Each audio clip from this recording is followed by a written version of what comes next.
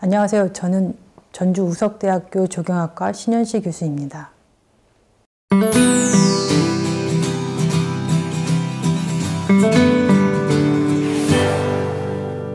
정원고고학은요, 환경과 과거 사회에 대한 해석을 좀 더 심층적으로 하는 그런 학문인데요.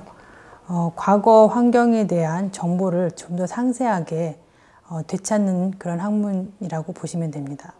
그 당시에 경관을 복원한다고 하고 그 정원을 복원한다고 하지만 그 당시에는 식물을 심을 수는 없습니다. 비슷한 유사한 종을 식재하거나 그럴 수 있는데, 중국의 원명원 같은 경우에는 100년 전에 있는 그 연꽃 종자를 발굴했고요. 그 종자 20개 중에 8개를 시험적으로 배양한 결과 그것이 발화를 했습니다. 그래서 연꽃이 이미 꽃을 피웠습니다. 그것처럼 정원고고학과 결부를 한다면, 연관이 된다고 하면 과거 정원이 어떻게 생겼고, 그리고 그걸 통해서 어떤 문화들이 이루어졌으며 그 재료들이 어떤 특성을 가졌는지 정확히 알 수 있겠죠. 자연 환경이 이미 다르고, 그리고 자연을 대하는 철학적 의미가 다릅니다. 서양 같은 경우는 좀 척박한 지역에 평지형이 많기 때문에 일반적으로 물이라든지 식물을 이용해 가지고 연못을 조성하고 이상세계로 생각하는 그곳을 그 정원 안에 구현하려고 노력했습니다. 그래서 서양 같은 경우는 보통의 연락의 공간이라고 해서 그 성경에 나오는 그것들을 기초로 해서 기본으로 한 정원들이 그 기본 정원의 요소라고 보시면 되는데, 이에 반해서 동양 같은 경우는 산수경관이라고 하죠. 동양에 어디를 나가봐도 바로 옆에 산이 있고 물이 있습니다. 그래서 정원에 특별한 구획이 없는 것이 가장 큰 특징이고요. 그리고 내 정원 안에다가 자연 경관을 포함시키는 그런 철학적인 의미를 가지고 있다는 게 매우 큰 특징입니다. 중국에서 시작된 정원 양식이 한국을 거쳐서 일본에 전달이 되게 됩니다.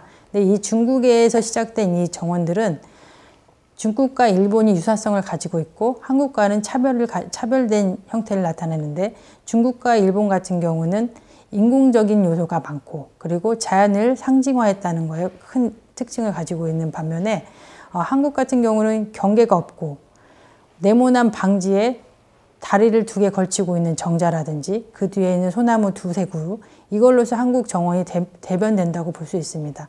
그럼에도 불구하고 인위적인 것이 하나도 튀지 아니하고 마치 원래 있었던 것처럼 자연에 순응하면서 굉장히 조화를 이루는 것이 한국적인 정원의 특징이기도 합니다. 그리고 한국 정원의 가장 큰 특징이라고 할 수 있는 것은 경사진 지형을 화계를 통해서 처리하는 방식인데요. 이거는 굉장히 고도의 그 시공 기술이 들어간 거라고 볼 수 있습니다. 과거에는 흙을 파내서 연못을 만들고 그리고 그 연못을 파낸 흙을 가지고 뒷동산을 만드는 경우가 많았습니다. 그러다 보면은 경사가 지게 되고 그 경사를 처리하는 방식이 굉장히 복잡했을 텐데요. 그 안식각이라고 해서 그 토사가 흘러내리지 않도록 각 경사를 계단으로 만든 다음에 그 계단에다가 화계를 조성하여서 그 장식하는 효과를 가지게 되는데, 이게 바로 한국에서 보이는 가장 큰 특징인 정원의 특징이라고 볼 수 있습니다. 특히 교태전인 뒤에라든지 그런 데서 이런 모습들이 자주 나타나고, 소세원의 정원에서도 이 화계가 두드러지는 특징을 나타내고 있습니다. 지금까지는 정원에 대한 연구는 일반적으로 건조물을 중심으로 이루어졌기 때문에 거의 없었고요. 명승의 한 부분으로서 전통 정원들이 연구가 되긴 했습니다. 그러나 그것만으로는 우리의 정원을 발굴하고 정확히 이해하기에는 부족한 게 현실입니다. 90년 이후에 이제 폭발적으로 정원 고고화에 대한 그 요구도가 높아지게 됐습니다. 왜냐하면 계속된 발굴에 의해서 지층이 교란되면서 정원 공간을 이해할 수는 없는 거예요. 그래서 건조물만 복원하다 보니까 아까 말씀하신 것처럼 건조물과 현대식 조경이 같이 들어가다 보니 이 밸런스가 안 맞게 됩니다. 그래서 이런 것들에 대한 고증이 제대로 되지 않아서 그런 것들이 요구가 계속되다가 이번에 개정이 됐는데요. 다행인 것은 이제 조경 분야에서 정원 발굴에 어쨌든 참여할 수 있게 됨으로 해서 과거 공간에 대해서 공간을 완벽하게 복원할 수 있다는 거에서 첫 시작점, 첫 삽을 썼다고 생각이 됩니다.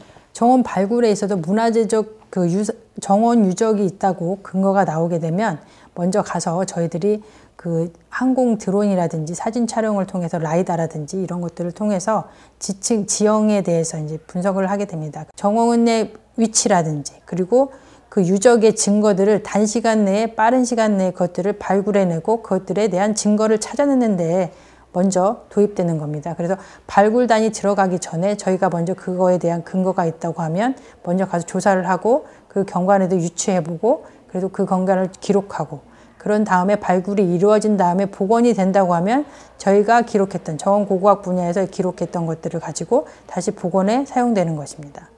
GPS 달아가지고 하면 측량을 할 필요가 없습니다. 측량보다 훨씬 더 정확하게 실사로 볼 수 있다는 특징이 있고 직접적으로 그 환경, 어느 수목이 어떠한 형태로 위치하고 있는지 그리고 어떠한 건조물과 어떤 관계성을 가지는지 그리고 정원 요소들이 어떻게 배치되어 있는지 정확히 한눈에 알 수 있습니다. 제가 유학하면서 세계유산 지역 그 분석을 하면서 날리게 됐고요. 그 학교 다니면서 드론 없애먹기로 제가 드론의 무덤이었습니다.